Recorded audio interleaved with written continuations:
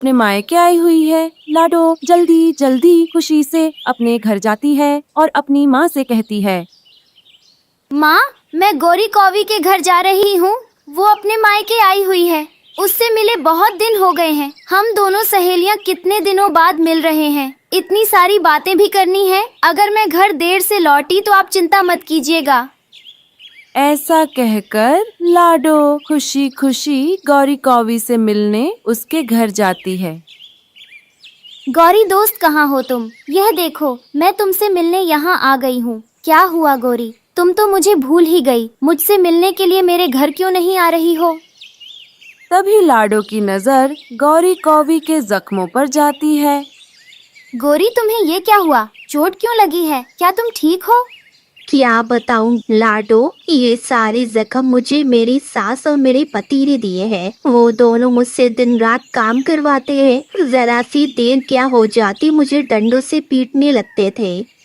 अरे गौरी, तुम्हारे ससुराल वाले तो बहुत ही जालिम हैं। क्या तुम उनसे कुछ कहती नहीं थी? उन्हें क्या कहूँ, मैंने अपनी माँ से कहा था। माँ ने कहा कि ससुराल ऐसा ही होता है। ससुराल में बहुत कुछ सहना पड़ता है। अब वो ही तुम्हारा घर है।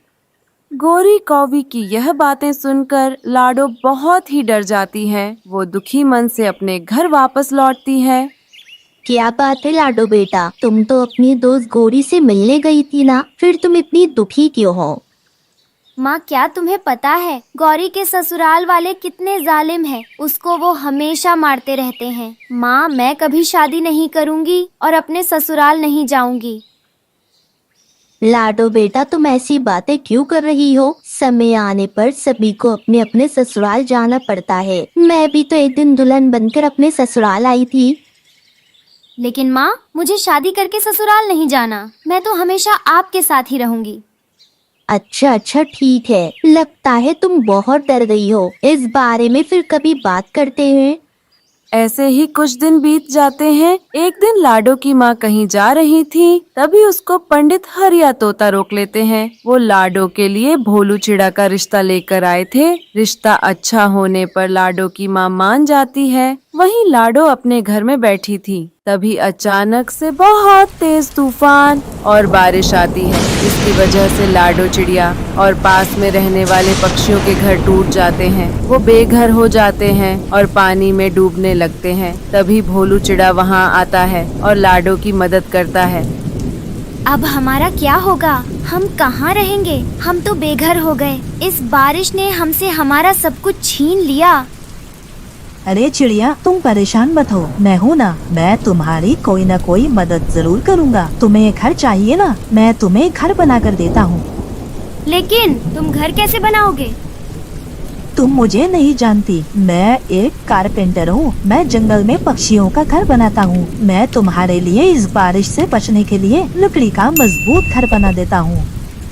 कुछ देर बाद भोलू चिढ़ा जंगल से लकड़ियाँ जमा करने के बाद उनसे लाडो के लिए लकड़ी का घर बनाता है, जिसे देखकर लाडो चिड़िया बहुत खुश होती है।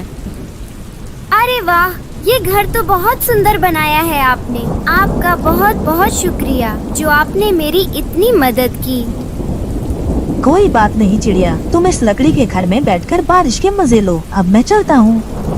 ये कहकर भोलू चिड़ा वहाँ से चला जाता है। वो मन ही मन लाडो चिड़िया को पसंद करने लग जाता है। बारिश रुकने के बाद लाडो की माँ वहाँ पर आती है और अपने नए लकड़ी के घर को देखकर दंग रह जाती है। फिर लाडो चिड़िया अपनी माँ को सारी बातें बताती है और कैसे भोलू चिड़ा ने उसकी मदद की। फिर लाडो की माँ उसे पंडित हरिया तोता के बताए हुए रिश्ते के बारे में बताती है।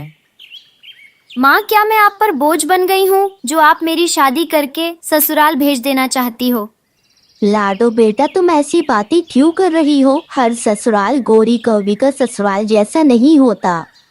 लाडो की माँ लाडो को बहुत समझाती है, लेकिन लाडो तो शादी करने के लिए तैयार ही नहीं थी। दूसरे दिन लाडो का होने वाला पति भोलू चिड़ा और उसकी सास उसके पास आते हैं।